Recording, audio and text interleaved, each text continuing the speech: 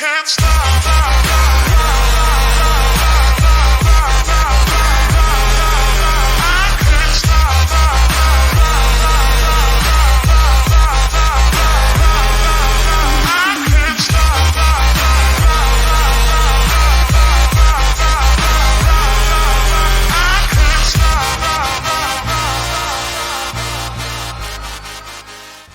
All right. Good morning, Insurance Syndicate Group. It is that time. It is September 26th. It is 10:30 a.m. on the East Coast. I am over on the West Coast in LA today, coming at you early at 7:30 a.m. And we are excited for another episode live today. We have an absolute rock star on the call today. Good friend of mine. I've had the pleasure to watch him on his journey. Absolutely crush every aspect of life. His career is nothing short of remarkable since he started with Allstate back in 2007, developed his agency, earned multiple Inner Circle awards and a mega agency qualification until 2020 when him, along with his wife, took a bold move and launched Triumph Boutique Fitness Studio Experience. And then Justin missed coaching agents through his new venture. So Justin found himself back in a familiar turf with CWC, training and coaching so many different people across America, or so many different people across the country. And he is a father. He is a husband. He is a man of faith. He's absolutely crushing every aspect of life. He was even the founder of the Follow-Up Tool, a company that he built to serve insurance agents and then later exited that company. I would like to give a warm welcome to Mr. Justin Harkelroad. How we doing this morning? That was well done. Thanks, man. Appreciate it. No, thanks, brother. Important. No, excited to have you on. Excited to have you on. So let's dig in and get into the moon landing. No, just kidding. That didn't happen. No, like, I think the place that I want to start with you is like, you've had so many different successes in life, right? You went from the insurance space, successful over there. You then, while you were an insurance agent, went into it with a partner, started your own software solution, were successful there with an exit, and then got out of the insurance business, got into the fitness business, was successful there, and now finding yourself back in the insurance business. And it's no doubt that success leaves clues because you're finding more success there. And I'd be curious, out of all the different facets that, you started, the different business models, I'm a firm believer that success leaves clues. What did you learn along the way that was the commonality across all those different business ventures that led to the level of excellence that you saw and the success that you saw across all those different ventures? I think the mindset of being obsessed with seeing it through is probably the biggest thing that I adhere myself to. And if you talk to my wife, and I'm sure she'll come up a million times in this conversation, like when we go on to open the next thing, she reminds me of the situations we went through when we were launching the previous things that we don't want to repeat. So the clues are really reminders of things we should not do. So the next time we do it, it's a little bit better. And like, even as you say, like success in insurance, success. Some things, everyone thinks of success as financial. Like if I look at Triumph, the success for me were the lessons that I learned to go on to the next business. It wasn't a financial success at all for me. Yeah. And I think a lot of people assume, oh my God, he exited, he sold that company or something. He must be a billionaire. That's not how it works. But like, I think I'm a billionaire in the lessons and the stuff that I would not redo and the shifts that I can make on the next company. And that when I look back at those 4 years, 4.5 years, whatever it was, many lessons that weren't financial that I know if I were to either get back in the insurance game from an agency perspective or whatever the next company is going to be after Playbook's done, because everything changes. I'll be surgical with specific things that I learned during those 4 years. No, and I absolutely love that too. And I think, a lot of people don't realize that, it's a lot of the challenges that are in businesses that are all part of the process, but that's like a part of the success formula. Like if you find yourself like stuck or you're sitting in a setback or you're in that lull that's in your business, like I think just shifting the perspective as opposed to having that, woe is me, that victim mentality, like so many people do, like I'm a victim of my circumstance that I'm dealing with right now, but embracing that instead as part of the process that, hey, I know I have to go through this challenge, and that's what's going to lead me to be a better leader. It's going to be a better business owner, a more capable leader that's going to be able to do more. Because I'm sure if you look back to all the way back in 2007 when you started your agency, and then fast forward to now, there's probably a whole hell of a lot more that you can carry on your shoulders. And there's probably a whole hell of a lot more you're capable of doing. And some of the problems that you saw back in 2007, if you were to look at them today, you would kind of laugh like that's not even a problem. That's a blip that just goes off, rolls off of my back, rolls off of your shoulder. So there's something to be said about when you become, part of success, when you become that next best version of yourself, it just allows you to do more. And that's exactly what you're doing. And that's, I think one point to be made is, we grow and we expand and my shoulders are broader and I'm stronger and I can take on more, but also I wouldn't do as much now as the next company comes because I would delegate, because that's ultimately the way that we scale, right? Yep. Like we take on all of these things are, I got to do it. I have to do it. No one else will do it as well, but giving people the opportunity to fail and learn from that. And all of a sudden their shoulders become broader. It makes us lighter, because the pressure that entrepreneurs, business owners put on ourselves, agency owners, is immense. And I think the coaching, the mentoring is part therapy, because you need people to listen and understand and have gone through the same thing. Like I've been a part of Warrior for a long time, which is an entrepreneurship group, because I need men who are married, who have kids, who own businesses, to know this shit is hard sometimes. Oh no, absolutely. 100%. And I think that's the importance of having a coach. I mean, you know that you're a coach for how many different agents across the country.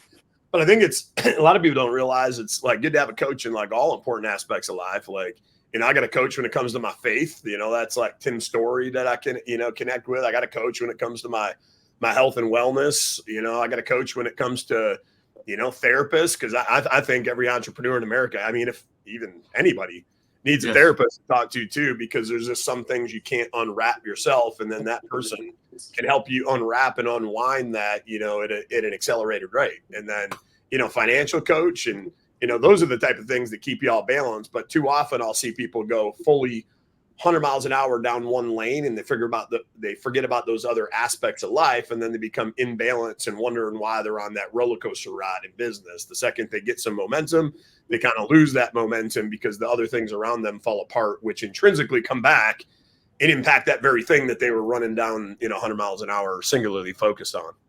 I mean, you preach it. If your marriage is in chaos, your business will suffer. If you are overweight and feel like shit, your business will suffer.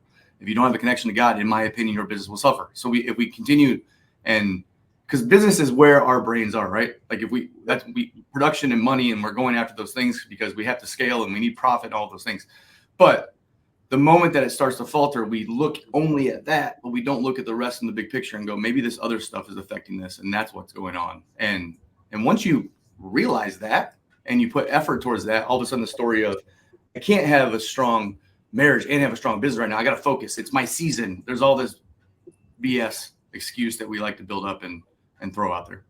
Oh no, 100%. Now, you've both lived in the world for some time now, and you've both been, coaching other people that's living in the world. So there's, a lot of experience there. What would you say, when you see the things that are really getting in the way, the most common 1 to 2 things that stop people from getting everything they want out of life and more, stop people from, working on their business rather than in it, taking things to the next level? What are those typically 1 to 2 things you see get into everybody's way? I mean, this is generalized, but the fear of what will happen and which creates the story in their brain of what will happen, and they really believe it and they can't change it and they're stuck. So if we talk about business and scaling and hiring employees or holding people accountable, I think the biggest thing that I have discovered in the 3 years I've been coaching and how the playbook started to evolve is someone will call me and say, I need help with accountability. I need to hold my people accountable, but they're unable to hold themselves accountable to their own shit. And I tell them all the time, they can see through when you walk in the door that you're not doing it for yourself. So why would they listen to you? And again, we want to throw around the token word leader and all those things, but that's what it is. Living example of what you want and desire for someone to do for you. It doesn't work if you don't live it. And people see through the lies. Oh no, 100%. And I think when you think about the word leadership, I look at it like this: is lead your ship. I think there's too many people there. What happens when the captain's no longer at the helm of the ship, and then he's off doing something else, like whatever that might be. Eventually, if you stay away from that wheel too long, you're going to bump into or you're going to run into an iceberg, right? And I think too often what I see out there is you got, entrepreneurs that want to stay in their comfort zone. So you see them, what, I'm going to be my own best service employee. I'm going to be my own best customer service employee. And they're not doing that really at the end of the day out of need or necessity. They're doing that out of fear because that's the place that they're comfortable. But all these other things are foreign to them: leading people, coaching people, training people, hiring people. So, it's our tendency, it's human nature to stay in a zone of comfort, right? And stay away from the things that make us uncomfortable. But I think that's, something you've done really good at throughout your career, is just brace the uncomfortable, because that's really when you're in a place of growth. That's when you're in a place of learning. And then when you're in that place of growth and learning, all your team members underneath you, they're also in a place of growth and learning. And so is your business model. I think we strive in chaos as business people. And when things start to get smooth, we either burn it down, freak out, and all of a sudden cause problems, or we go allocate that energy somewhere else to create more chaos. And chaos is usually looked at as a negative term. You ask Corina, she's like, you love it, you seek it, you want to look for it. And that's true, because if everything's calm, that's what happened towards the end of the agency level. I did a great job of delegating. I pat myself on the back for that. I was not needed at all. And if I went into the agency, I was more so screwing things up than applying any sort of benefit. Yep. And I didn't think it through to go, maybe I just need to allocate my energy over here. I started to create chaos until the point where I said, all right, I got to get out of here, because I really need to focus on whatever this is going to be. And in reality, as we know, God's plan is God's plan. If I didn't sell the agency, I don't know what would happen with Triumph, because we opened in the middle of COVID. So we looked at what was shut down and immediately affected gyms and studios. 3 weeks into it, they were like, you can't be open. And then the race riots began, and we had to board up. And there was multiple things that happened that we just kept saying to each other, this is going to be an incredible novel someday that we're going to be able to write. And the chapters were shit show after shit show for a while. No, but I still look at that as a success, right? Because you started up arguably in one of the toughest periods of time, where most businesses failed. So the fact that you kept the ship alive was clearly a testament to both of your leadership, leading your ship, leading the business. Because I can guarantee you, if you guys weren't in there putting the work, grinding, doing everything you needed to do, just like so many other businesses during COVID, you had been shut down before you even opened up. Yeah. So to me, that's a win. That's what success looks like to me. Not every win's going to be a $10, $20 million exit, right? But there's different levels of wins. And absolutely agree. No, love it. Now, I know you talk a lot. Dave, go ahead, Andy. Sorry, man. I got a kind of a burning question. So, Justin, you caught my attention because you started to post out these kind of long posts, maybe, I don't know, 2, 4, 6 weeks ago, something like that. I would read every single one. And then I looked at the engagement, and there was a very high level of engagement. And you see a lot of people doing very quick narratives. They're doing very quick content. But as you transition through different spaces, right? I see a very clear intention behind the way that you're sort of writing your story out there and making yourself available to others. And without giving all your secret sauce, maybe give it all, I'd love to understand, is that just who you are as a person, sort of being able to wear your heart on your sleeve that way? Or is there some intentionality behind how you brand yourself as you go out there and look to stick yourself back into a space? Can you just walk through the thought process, or was it just a reaction? I'm just very curious what the drive was. Yeah, so I'm the biggest introvert you've ever seen in your life. So I can go on all these stages and all these things and flip a switch and create this persona, which is what we call it in the fitness game. When you get on stage and you teach a class, I hate being on stage. But if I can go and teach a class and flip a switch, all of a sudden I can create an experience, and that's what I want to do. When I look at the posts and what you're talking about, I was fearful when I started thinking about the standard of putting God first in this entire thing. And I kept, as I would go through my prayer stacks, and it's a process that we do every single morning, I kept saying and even in the first playbook draft, I wrote, okay, let's talk about the taboo topic of being or religion or Jesus or God. And I called it taboo. I called it out in the first place because I wanted to protect myself against people who go, I don't want to talk about that. That's not business. And then I went to Warrior in August. And like, I completely heard the fact that I need to redo the entire playbook and draft. So to your point, that's when it happened. I said, okay, fine. I'm going to now post and talk about it openly and see what happens. And I redid the draft, redid the playbook. It's all being reprinted now, with being a massive part, 25% of that entire book. And the people who want to engage in that with me will engage. And like, I'm getting calls now from agents going, I'm calling you because of that post that you talked about. Like, I've never heard someone speak about God in a way that you're speaking about it and applying it to the business side of things, which gives me certainty that, oh yeah, I listened, and this is all I have to do. All I have to do is listen. And all my prayer stacks that I put in the morning, I put in one of the spaces, thank you for being my business partner. So like, I have the certainty of going into this whole thing with saying, I have God as my business partner, building it from the ground up. And every time I simply agree on something that maybe I don't feel comfortable with, it works, which is crazy, right? Like, I'm like, all right, fine. And now I'm just trusting and submitting and doing the next thing and continue to try that and seeking lessons. So one of those posts said, something about the Bible. I don't remember what the title of it was, but like, I always push, and I'm sure you guys do the same. People say, what's a good business book? I'm like, oh, here's Grant Cardone's book. Here's this person's book. Here's this person's book. I'm getting more lessons out of stacking the Bible and like looking for specific lessons. It's crazy. And that's kind of like, honestly, every greatest business book, if you look at it, like, they're based off of biblical principles. And if you want to fact check like a good business book, if it's got a good model to it, look up that business book, and is all the values and the teachings that are in there, are those in alignment with the Bible? And you'll typically see that if the answer is yes across the board, it's usually a best-selling, it's a best-selling book, and that should tell you a little bit of something about something.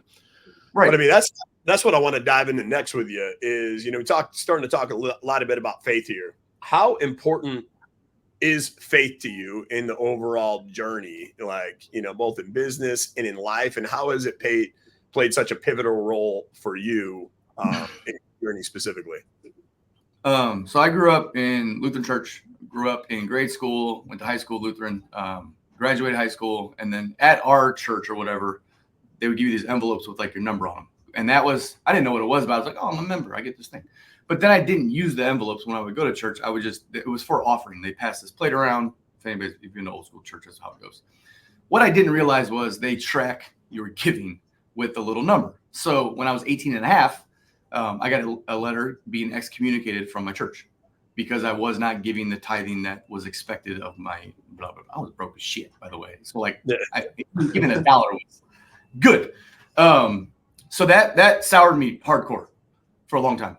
And like, when I went to find a church to get married in with Corina, I almost fought the pastor because he would challenge, like, I got red. She put her hand on my shoulder and said, we're leaving, because he was just pressing back against the expected behaviors and how I was behaving, I guess you would say. So I was frustrated.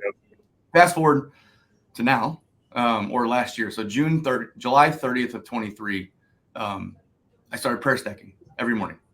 And I was in the midst of chaos at Triumph. This was before selling it. Obviously, we're making the decision to sell it. Chaos because I was putting so much attention to my employees and not focusing on my family that it was pulling us apart at the seams. And like I've shared before with people, 2023 was the worst year of my life. Not even close. And people would say, oh, I didn't even know that. It's because I'm not here. My Facebook is not my fucking diary. Sorry. I'm trying to cuss. My bad. Okay, all right. It's not my diary, so no one needs to know that, right? And but that was the reality. And in July 30th of 23, so that date is important to me.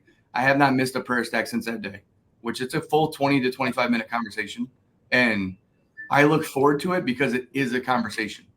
And as we talk about the stereotype, I guess, of religion, it's not a problem to me anymore because I don't care about what box I fit in. All I know that is I got to have a conversation with God and I have the power to do so, then that's what matters to me. And someone said one time, like they described the Bible as itself. It's people like you and I having conversations with God, writing down what we took away, and it ended up in this book. And then obviously it's been transcribed a million times, but it's people just like us. So when we write in our stacks or we write in our journal and we have these takeaways, and we have these discoveries, and we have these revelations from whatever the problem is we're having in the lesson, we extract it and we write it down. It's the same thing that was happening however many years ago that thing started to exist. So why downplay our conversations to say, well, Moses said it like this, so this is more important, or whoever. Yeah. My conversations are just as valid, just as important to me. You don't have to care. I'm not here to convince you. I'm just here to share with the possibility of what could happen. And even now, since those posts and since we've had these conversations so much with other people, they're like, I'm not really believing God. You don't have to. Like, all I'm challenging you to do is maybe look at it and see what happens, and you can do the rest, right? Like, just give it a shot. Sure. Absolutely. Yeah. And I think what part of the problem, like, everything I'm hearing here is like everybody is too concerned about everybody. Like everybody, like, I want to be liked by everybody. I'm worried about what everybody's going to think, and it prevents people from being their true, authentic self. Like, I'm in the same boat with you. I started to go out there, and I was always a little bit vocal, but I was like, you know what? I'm going to get a lot more vocal on it, because maybe somebody hears my message, somebody hears my words. If I can touch one heart, one mind, it's all worth it in the world. And just started going out there, being my true, authentic self. Talking about, hey, what faith means to me and why it's so important in my life. And what happened out of that is nothing. It was nothing but good. It just attracted more like similar frequency people into my tribe. And then those like similar frequency people, then I started to notice one by one, maybe got the courage to post something that they didn't post before. And it created this profound ripple effect there. And I think it's very empowering when you realize that, hey, you don't need to have everybody like you in life. As a matter of fact, like, even the ice cream man doesn't have everybody like him. There's people out there that are lactose intolerant, right? So if everybody doesn't like the ice cream man, like, there's nobody on the planet that's going to be like, even Jesus Christ that walked the earth, he had haters in groves. And I think when you understand that, that's going to be part of the process. You're not going to be like the same frequency with everybody. But I think that's okay, because what I noticed in the process, and you've probably seen the same thing, is when we started to go out there and put out our true, authentic self. Well, what did it do? The people that were the opposite frequency of ours, that maybe we didn't want to be with, that were actually draining energy out of our bucket, they kind of drifted away. Those are the ones you saw unfriend you. Those are the ones you saw kind of go radio silence. But that was okay for them to go radio silence, right? You almost did yourself a favor in that moment. But then the people that were really your tribe, that you knew either at a surface level or deep down, not at a surface level because they were afraid to go out there, all of a sudden started to come to you magnetically. And what I noticed was, hey, more great friendships along the same frequency, more of my best customers seeking me out to do business with me. And it just, created this different dynamic where people appreciated it more than unappreciated, just going out there being your authentic self. Yeah. I mean, getting people around you that fill your cup from a substance perspective, I think, is the thing we're all trying to figure out.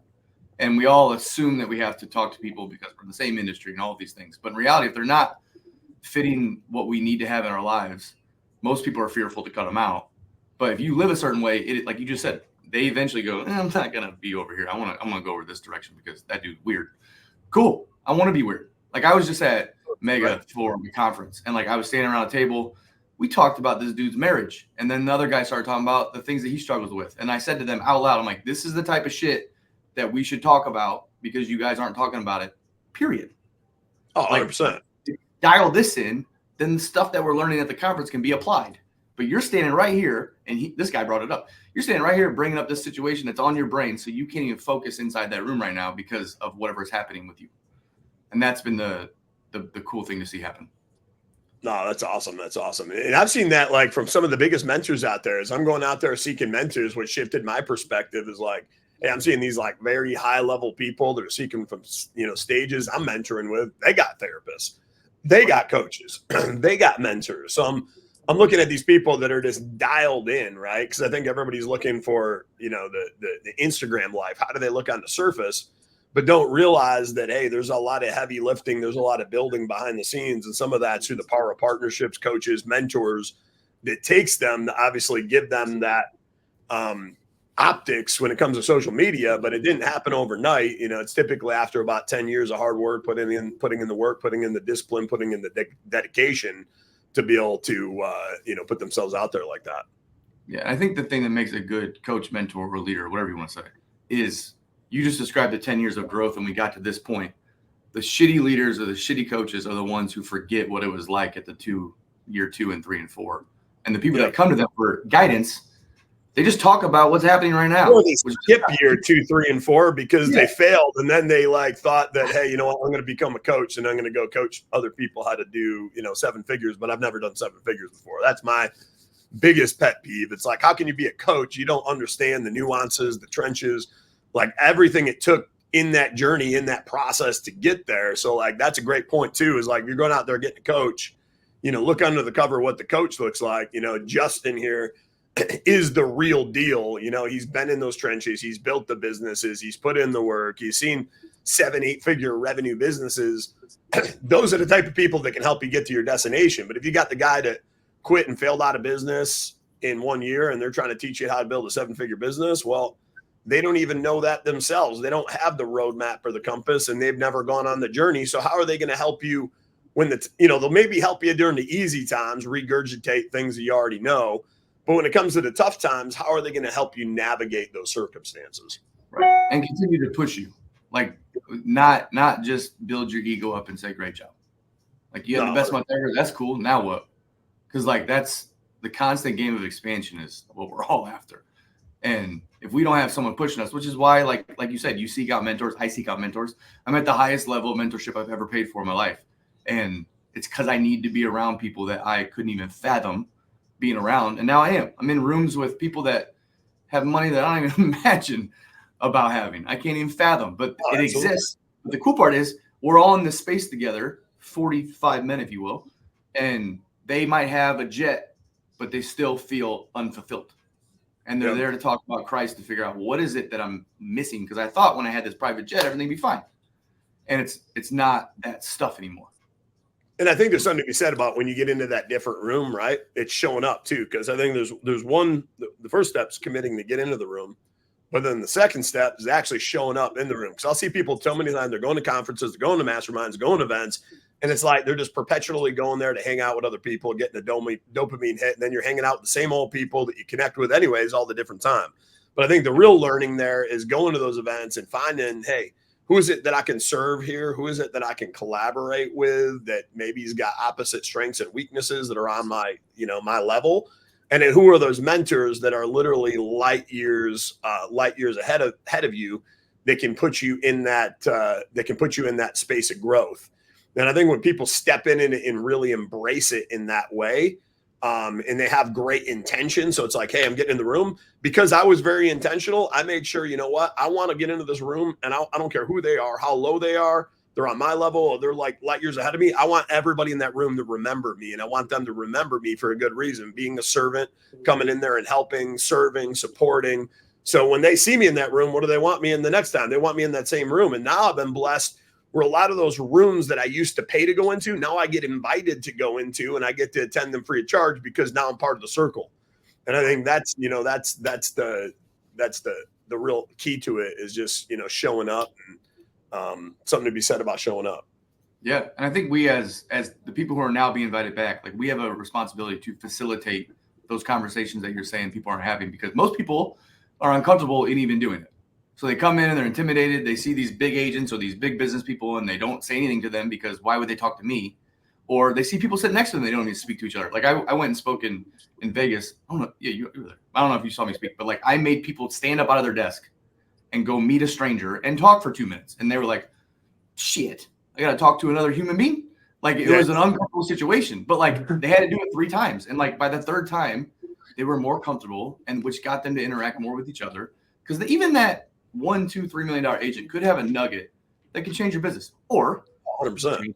I think you can learn anything from anybody, right? And it's just always being intentional to go out and learn from that person. Yeah. Especially in the insurance game, we get to a level and like our eyesight is only like, oh, who's above us? But like, there is so many things to learn from everybody. If you just take a second to authentically, like you said, authentically listen and converse. That's a key. Listen, right? Yes, listen. People just need to shut up. Like it's just like shut up, listen to what somebody else has to say because they're too busy talking that they never actually walk away with any value from the conversation because they were running the show the whole time. Yes, or looking at their phone or looking around and not listening to the person. Like it is you can see it happen at these things. And we got to be more intentional and take more responsibility to make sure we're bringing everybody up, in my opinion. No, absolutely. And then one of the things that I love about you too is like how intentional you are. And it seems like you got a really dialed in discipline routine. And I'd be curious, from where you once were to where you are now, what does that like daily routine look like today compared to what it was, day one, opening up your agency that, leads to a framework of success? Yeah. I mean, I mentioned Warrior. So I discovered Warrior in 2016. It created this core 4 process for me that happens in the morning. But in reality, the focus of the day is body, being, balance, and business, and making sure that you serve each of those areas every single day. The goal is to get it done by the morning time, but shit happens, and sometimes you don't get it done. But I, every single day, will either send my wife a video, leave her a note on the counter, send her a text to how much I love, honor, and appreciate her. That's my point. Like, it's just been going on for 8 years, or how many years that is. And now what happens is I get it now too, without asking for it. At the beginning, she was like, "What the fuck are you doing, weirdo?" Like that. Yeah. Like I was sending it, and like we were taught and trained, don't ask for anything, just do the action and see what happens. And then doing the same thing with the kids, writing them a note inside their notebook is the target. That one I'm not as good at as I should be. Or getting a 45-minute workout in, getting my macros hit. Like every day inside of those 4 areas for me, I know I have targets and goals to hit. Last year for business, I did a discovery and declare. So I would read a book for 20 minutes. I would go live on Instagram every single day. Day 1 of 365. By like day 32, I was like, this is stupid. I should have never committed to this, but here I am publicly doing it. And then I took a whole year off Instagram because I was so sick of social media. So now I'm not on it anymore. But I think the key is getting it on a micro level so you can take a bite, and like hitting a single every day. I was taught what happens on the 4th day, you score every single day, but everybody wants to start with a double, triple, or home run because they need to score quickly. But if you just focus on the single, then you're on first base. And then 4 days into it, all of a sudden you start to score, and then you see the benefits and what we call the fruit of the work. Like we are known as business people by the fruit that we have, and the fruit being strong marriage, fruit being strong body, fruit being strong connection, fruit being strong business. But like if any of those things are off, the fruit tells the truth, and you can't argue with it. No, my marriage is dope. Your wife just posted on Facebook, you're a dickhead. Well, I guess that's the fruit. Yeah, absolutely. Can't argue with that. Or you're looking at you're a little soft, right? So it's like, all those different things. Eventually, signs are going to come out, and like I'm on the same way of thinking, right? Because it's like, I don't think anything great, you can't get great progress or results overnight, right? It takes those incremental steps. So I'm like, my rule is the 1% rule. It's like, how do I, the most important areas of life, how do I get 1% better every day? Because now that's attainable. That's taking those small bites that you're doing. But if you do it every single day, the compounded effect of that, like over the course of the year, will change your life in almost every important category of life. And there's a good mentor of mine, Tim Story, like he tells this parable that I like to share with people all the time. It's like the farmer's mentality. And I think that farmer's mentality relates to life. It relates to relationships. It relates to business. But you think about what's the difference between a good farmer and a bad farmer, right? Well, first off, the good farmer's got to have a lot of faith. The great farmer's got to put in the work ethic, and they got to have a lot of consistency. And, what does that look like? They first got to maybe till their land, plant their seed, but then they're coming in and, fertilizing and watering that land every single day. But what don't they see every single day is there's nothing on the surface. Nothing is happening. So it takes a lot of faith to keep showing up every single day and doing the same thing and putting in the work and doing that, but without seeing the progress or the fruit, so to speak, of your efforts, right? And I think too many people will go down that, and we're in this world of instant gratification that all of a sudden, I don't feel like it today. So I'm not going to water my land, whether that's my relationship, whether that's my business. And you know what? I came in today. Everything looks about the same. Like there's still nothing above the surface. So I'll do that again tomorrow.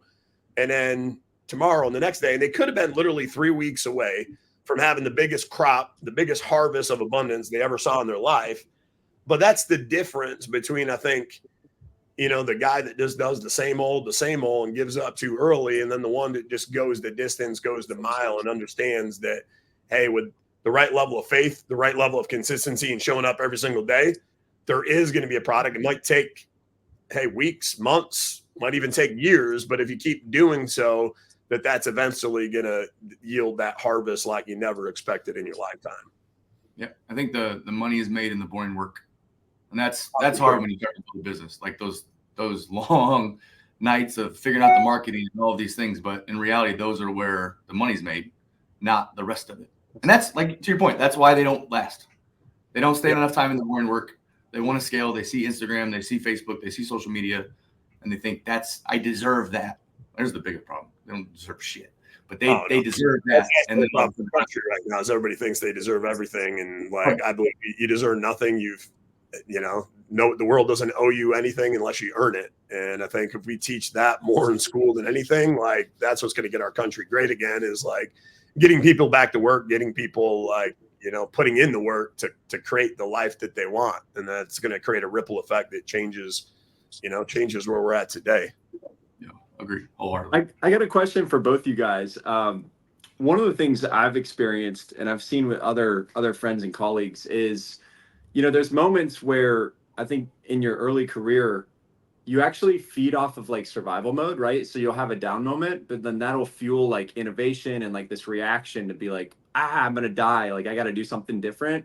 And then those are usually like the growth moments, right? Is those low moments that then propel you to do things differently. But I think there's a certain point in business where eventually you avoid the next valley and you're like, I expected something bad to happen, but like, oh wow, like we're actually headed in a new direction. But then like imposter syndrome and all these other things set in to where you're like, that's not normal, because for years I've been on the roller coaster and I actually feed off of it. And I'm just curious for you guys, like if you've experienced that moment in your careers, and then also how you kind of like, I don't know, adjust your framework so that you don't maybe inadvertently sabotage yourself just to try to go back to what's normal and continue to like ride that wave with momentum, if that makes sense. Yeah, I'll go first, Dave. There was a call with my Savage group a few weeks ago, and there was a question posed, and not with a correct answer or not, but the question was, do you feel like pits are required to reach the next peak? And everyone had different answers. And I answered originally, yeah, like I feel like you're going to at least falter to then look up to the next thing. But sometimes, like to what you just said, you think you're going to fall and you don't. I think that just means you're still transcending to the next top. But in my opinion, there's going to be a reset at some point, and the elite ones figure out how to quickly reset so the pit doesn't become so deep this time. And then you just slowly start to transcend again. Someone used it as, he doesn't believe in pits. He believes in just resistance of wind. So he's like, I'm always going up the mountain, but every single time I start to feel resistance, it's not a pit in my mind. I've reframed it to say, this is just resistance. This is a stream of wind that's slowing me down at this point. I just got some more time inside the storm until I just continue on. So long answer of that is, short answer of that is, yeah, I believe that pits are necessary. I think my goal is to shorten the length of time that I spend inside of them, to start to transcend to the next one. And I think now I can go to a prayer stack very quickly inside of a pit and say, this is where I'm at, which you already know, but can you please help me figure out what I need to do to get out of this thing? And sometimes, you know what he says? It ain't time yet. Like, you're going to sit inside of this thing for a little bit because there's lessons for you to learn. 2023 was a big ass pit for me. And all the time that I'm inside of it, I'm going, what do you want me to do right now? Because this is not good. This is breaking me down. This is destroying me. But now I look back and go, oh, okay. Now my marriage is stronger than it's ever been because of that process. No, absolutely. And I'd agree on that too. And, for me, really was, I think that evolved over time, the way I looked at it. When I initially got into it, I was in the thick of things, in the fire of things, like life was unraveling. I was in a do or die position financially when I first started my insurance agency back. Everybody knows my Circuit City story, dealing with the health issues, dealing with everybody else. It was literally, it created this pressure chamber. It was like do or die. Like, am I going to be on this guy that's going to be on a couch living on disability? Is that really the life that I want? How's my wife going to look at me? How's my family going to, how am I going to support my family? How am I going to support myself? Or, can I do the hard stuff to outchase that, that almost existence? Because I don't want to be like an almost person. I want to be an utmost person. And I think the pressure of that initially, the fear and the pain was so much greater in that place than the place of uncomfortable, So it had me run like a maniac, like somebody was trying to take it away from me 24/7. And I think the continuing motivator is because that place was so painful. I never wanted to go back to it again, that I've always in some capacity felt like that beast, that monster was chasing me, even though it might not have been 10 feet away. It felt like it was 10 feet away at times. It just kept me going because I never want to go back to that place again. And then I think time evolves, right? Then we learn how to do things differently, because when I was in the place earlier on in my career, I was working in the business rather than on it. And then I learned about a thing or two that led to, oh, wait, I could have my cake and eat it too, and have this life of financial freedom, have this life of freedom in general by doing things differently the way I run my business. And now once you possess that freedom, you want to protect and promote that even more, where that monster is still chasing you, but it's chasing you for a different reason, because you never want to lose that freedom that you built. And I think it's forever changing, forever evolving of what keeps you hungry and what you're chasing. But as you get wiser along the way, I think you get wiser along the way, you get more strategic, and life just continues to get better and better. Agree. Well said. All right. No, love it. Love it. So, what I want to dive into next is your playbook, right? So I think everybody in life needs a playbook. Everybody needs a coach, but what does every great team do is they run great plays every single day. And I think that's part of the problem that I've seen out there when businesses or people lack consistency. They might run a successful play here and there, but they don't learn from that and realize, hey, you know what? Every time I run that play in this particular situation, like, I win. And they don't get strategic, and they don't get wise, or they keep running those right plays in the right moments. So tell us a little bit about your playbook, the whole thought process beyond that. And then how does that allow people to, I guess, replicate success and run those right plays in the right moment when they need to? Yeah. So the playbook exists because I've been coaching for 3 years, and I have not seen a good structure or agenda to repeat success. A lot of times I can get on phone calls and all of a sudden we're attacking the problem of the day instead of attacking the business itself and making sure that we're strategically scaling every single 90 days, if you will. So the playbook is a 90-day program where we focus on the teams, the production, the processes, the revenue, the marketing, all of those things inside of business, as well as I've alluded to, focusing on being, balance, and body in the same breath. So the small micro steps, we list out the things that could possibly be our point inside of body for the day, inside of being for the day, inside of balance for the day, inside of business for the day. And then we look at it on a macro, a bigger level for business. What do my teams look like right now? What do I want my teams to look like in 90 days? What does my revenue look like now? What do I want to look like in 90 days? And as we go through this, 123 pages, we're going to have something to look at back in 90 days and say, yes or no, black and white, did I achieve what I said I was going to go and do? Yep. And that's what I feel is missing from a lot of things. Like the not having measurable, scalable targets is an epidemic in this game. We all say we want to get better at closing. I don't know what the fuck that means. I want to get better at my health. I don't know what that means. I want to have a better marriage. I don't know what that means. Like, we have to really ask the extra question of why we're doing that. People will say, I want to have a better connection with my wife. Cool. What does that mean?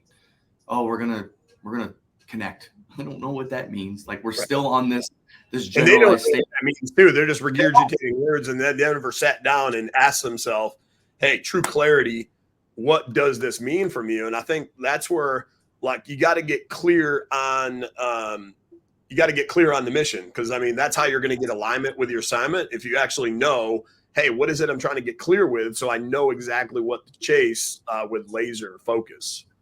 And why is it important to me? Like Yep. I always say, like, ask the why like a toddler, which I'm sure you're in the middle of. So why? Why does that matter? Why does that matter? Why does that matter? Like, but every time that the child asks why, you have to come up with a deeper reasoning to your surface level response, because you realize I'm not appeasing what this person's asking for. And that's kind of what the playbook will do, which is it's not going to be allowable to create this generalized target and say, I'm going to make more money in the next 90 days. We got to put a fiscal number on there, and then we have to look back and figure out what are those monthly missions to make sure that we attack to achieve that more money.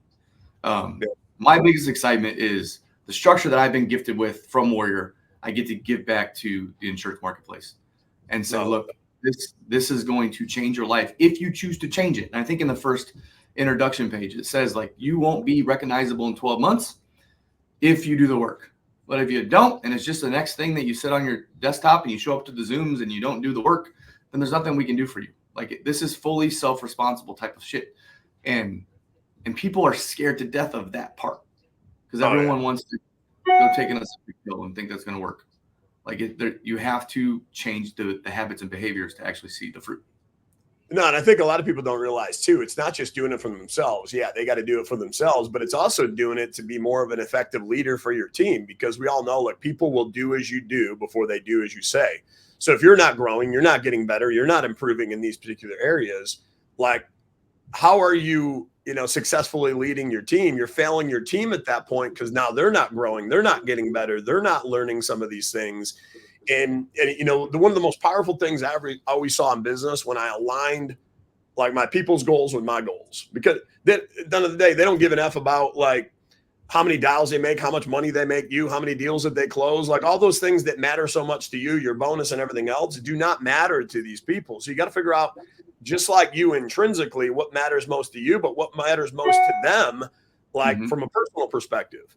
So we'd always do, hey, do a vision board. Where do you want to be in your personal life? Where do you want to be in your health? Where do you want to be in your relationship? Where do you want to be in business? And now once we know that, okay, great.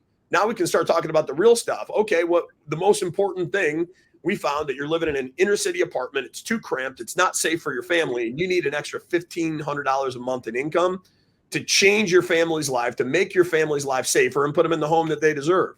So now that hits differently when that person's not showing up because, I played PS5 till 2 a.m, or I came in and I watched the football game till 3 a.m. and I just don't feel like it today. Well, can you look your kid in the eyes that's sitting on your computer monitor there on your vision board and tell them, hey, Johnny, Jimmy, you're going to have to stay in that unsafe neighborhood and community for another day, another week, another month, because dad doesn't feel like it because I wanted to play Call of Duty last night till 2 to 3 a.m. Like, how does it feel having that conversation with your kid? And then as a leader, being an effective leader, understanding that, like, that's our duty, is like pushing that envelope and getting them to connect with the things that matter most. And I'm a big believer, just like Zig Ziglar said, right? If you help enough other people reach their goals in life, you help enough other people get to their destination in life, you're really never going to have to worry about your own goals. You're never going to have to worry about your own destination, because if you guys are both in alignment, you're both going to reach that destination together. And, really everybody wins at the end of the day. Yeah. I think the biggest thing you said that people need to hear is your employees do not care as much as you do, nor will they ever, and nor should they. And like the consistent pushback is, why don't they care? Because they don't. And like, that's okay, because it's not their business. And you need to accept what is, and then develop processes and incentives and bonuses, like you said, for them to move in a direction that helps them. And I know you're in alignment with this one. And here's about this. How about a perspective shift of asking yourself a different question? Why don't they care? How about going to the bathroom, looking in the mirror? Why didn't I get them to care today? Right. I think when you have that, like, you're the same cloth, the same belief system, where at extreme ownership, if you own everything and everything's always your fault, well, now you're always going to be in a place of solving those problems rather than just chalking it up to being the victim, chalking it up to, hey, it's something that I can't control. Because I think most things in life we can control in some way, shape, or form, whether it's indirectly or directly. But if we start asking ourselves that question, hey, why didn't I inspire them today? How could I lead them differently today? And everything's always your fault. Then you're going to do things differently each and every day until, boom, we struck gold. Now I'm leading people different. And because I'm leading them differently, they're getting different results. And it just changes the trajectory of business and life for the people that are around you.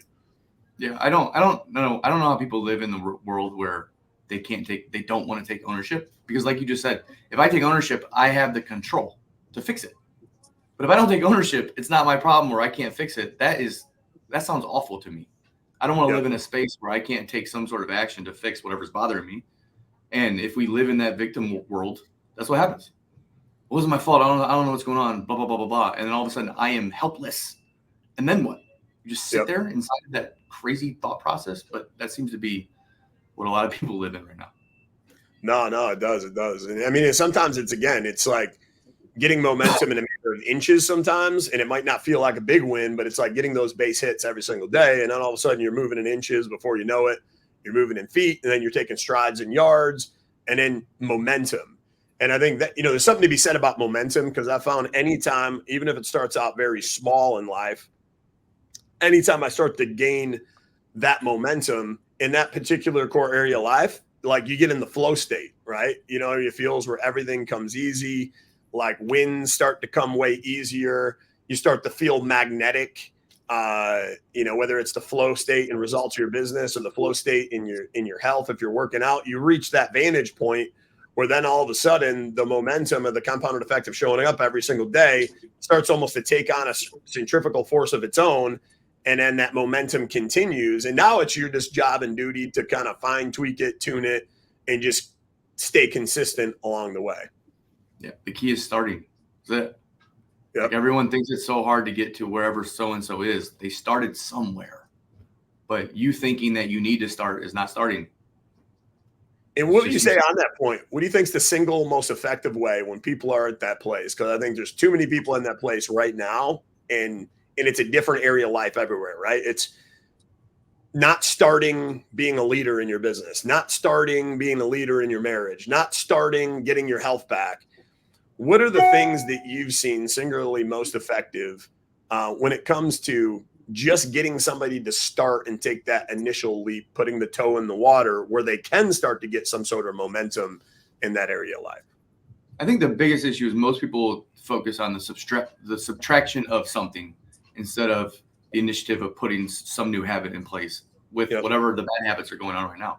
Like, obviously I watch Corina and her nutrition coaching and listen to what she talks about all the time.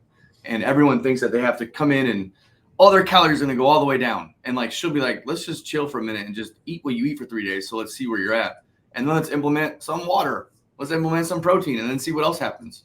But the implementation of the new habit will eventually erode and eat out the old habit. Same thing inside of like balance. I can't tell you how many people I have gotten to do the notes. And then I get a text later going, this is crazy. Like, I'm still doing the notes and my marriage is on fire because my wife doesn't even know what's going on right now. But like, she just feels loved. But like those small, he didn't change anything that he didn't take away something he was doing. He put a new thing in place, and it's small and it's easy and it's thoughtful, but it's also thoughtless because you can just go, hey, thanks so much for doing the dishes yesterday. And that simple thank you that she normally did not get or receive goes a long way for her to go, oh my gosh, this is a different behavior. So now I'm going to shift how I respond to him or her. And it changes everything. It's just small things. Yeah. No, I love that. Now, how about, because one of the most common excuses that I hear out there from people is like, you give them the blueprint, you give them the Justin Harkelroad playbook, right? And you give them the step-by-step, and you give them the small things, but they're caught up in perspective that I just don't have time. There's not enough time in the day. And they're in that place where the business is running them. They're getting hit in the face with the fire hose every single day, and they just end the day soaking wet, staying on the same hamster wheel. What do you have to say to that person that doesn't have the time, that's wearing 7 different hats in their business? And when you look at that person, maybe they're still in the same standing place that they've been, same hamster wheel a year down the road. What's that, one thing that they could do to change the trajectory of where they are today? I believe the first thing you got to do is tell them that you believe them when they say it, because like they truly believe they don't have the time. Like, I just had a conversation with a guy, I don't even know where it's from, but like his day is 18 hours long. As we talk more into it, that's bullshit. That's not 18 hours. Like that's how he feels though. And he said it multiple times inside the phone call over and over and over again. So eventually I'm like, all right, like, when do you get there and when do you leave? And then all of a sudden I'm like, let's do the math, because that's not 18 hours. You just made that up. But like, he truly believes internally that is the reality of what he's living inside of. I think it's just simply recognizing the chaos of where you are. And for him, for the exercise that I give everybody, write down what you do every single minute for an entire day for 2 days and see what actually shakes out. I got a text this morning from him. I need to hire a service person. Yes, you do. I knew that, but I need you to discover that. Like, and when you discover that, all of a sudden, that aha moment that's on their own. Like, now that you have it and you did it, I didn't tell you to do it. I just agree with you. Now, all of a sudden, when you have that person in place, you buy your time back. That's a book I think I just read. Buy something like that. It's a great book. It's so true. I do the same thing. Like every single quarter, it's like, hey, you know what? On the left side of the page, column A, what are the things that hey, what's my time worth? Am I making $1,000 an hour, or whatever that may be? What are the things that are below $1,000 an hour pay grade that I'm doing that I shouldn't be doing? And then that's on column A on the left, stack rank from least value task to most valuable task. And then I'll also add into there, hey, what are the things I'm doing that I don't like to be doing? Because those are the ones that if you can afford to give to somebody else and you don't have a passion, you don't have a heart for it, you don't like for it, there's something to be said about resistance when it comes to those things, just living in your lane where you thrive the most. And then on the right side of the paper, putting everything that's in my pay grade that I should be doing. And what I realized there is every time I do that exercise every single quarter, that there's probably about 20% of my time that I could free up and allocate in other areas of life that are way more important. And then you look back at another quarter, if you did things right, then you do that exercise again, that you've grown in that process over 90 days, and you maybe free up another 10, 20% of your time, and it's ever evolving where you're changing the value of your time. You're buying it back through other highly capable people so you can just keep elevating yourself, and then ships rise with the tide, right? So like your team's going to rise with you as you're elevating your very own life. I think that the last part's the key takeaway. You elevate other people and you elevate with them. Like that's all. That's the whole game. And people will look at business owners or entrepreneurs, because you hear this all the time about people talking about billionaires and taxes and all that shit. Like, those people are elevating so many other people in the process of what they're doing and what they're building. But people are just focused on the poor victims at the bottom. Why can't they have what that person has up there? Because they haven't done the work. But they can. The guy who just became, I don't know, the CEO or something along Nike. I saw an article about his LinkedIn profile. Started as an intern. He's been there for like 38 years. But if you told him 38 years ago that he'd be at the level he is now, he would have said, no, I'm only this intern guy. But every single step of his promotion, you can see it in his LinkedIn profile, which is super dope because nobody really usually stays at a business like that. And now he's running the whole damn ship. That's incredible. Yeah. And then I'm sure with the number of people that you've coached, but, basically either from team members or other peers that you've coached, you've had to have like your favorite transformation story. And I'd be curious about, hey, what's your favorite transformation story of somebody that you coached that really put in the work, right? They were in this place, they were over here struggling, barely surviving. And then they actually put in the work. They followed the playbook. They did all the right things, and now they're in this totally different zone the way they're operating today. I'd be curious, like your favorite transformation story, because success leaves clues, and maybe other people on the call here could pick up on some of the things that they've done to get to that place. I think this will speak to what fills my cup the most. And it's not about business. It's not about this guy's fitness. This gentleman, he probably watched this. I don't know if he's in this group or not. I'm gonna butcher how old he is, but I love you, Richard. I have no idea if I'm right, but I'm gonna assume he's 65 to 70. And him and his wife own agencies in California. I worked with them, coached them back in 2021, and then California fell off the face of the earth, as you know, in the insurance game. Yep. So there was no reason to coach because there was nothing to sell. And I got a text a year and a half later out of nowhere that simply says, I want you to know I'm still doing these notes for Peggy. And it's incredible what it does for our marriage. And I'm not going to stop. And I can't wait to talk to you again. And we'll talk about it again. And then we end up connecting and kind of having a full conversation. That to me is the best thing in the world. And like, if you attach your coaching mentorship to the spouse or the children, I think you see through just the business conversation and you start to say, if I can affect you to then affect those kids, the game is totally different. And like the reminders on the coaching calls and the conversation is, how are the kids? Cool. Like, how are you for them? This is stressing me the fuck out. I know. But like, is that affecting this part? Because if it is, it's not serving you. Absolutely. You cannot have the stress come home and destroy the rest of it, which is what I did for a whole year. So like, I can adhere and apply that to myself 100%. I was there. I lived it. I know what it felt like. And now I want to make sure no one has to see their wife like I saw Corina's face when I went through shit. Or my kids scared because I'm frustrated and stressed out. Like, that's the pure victory to me. No, I love that.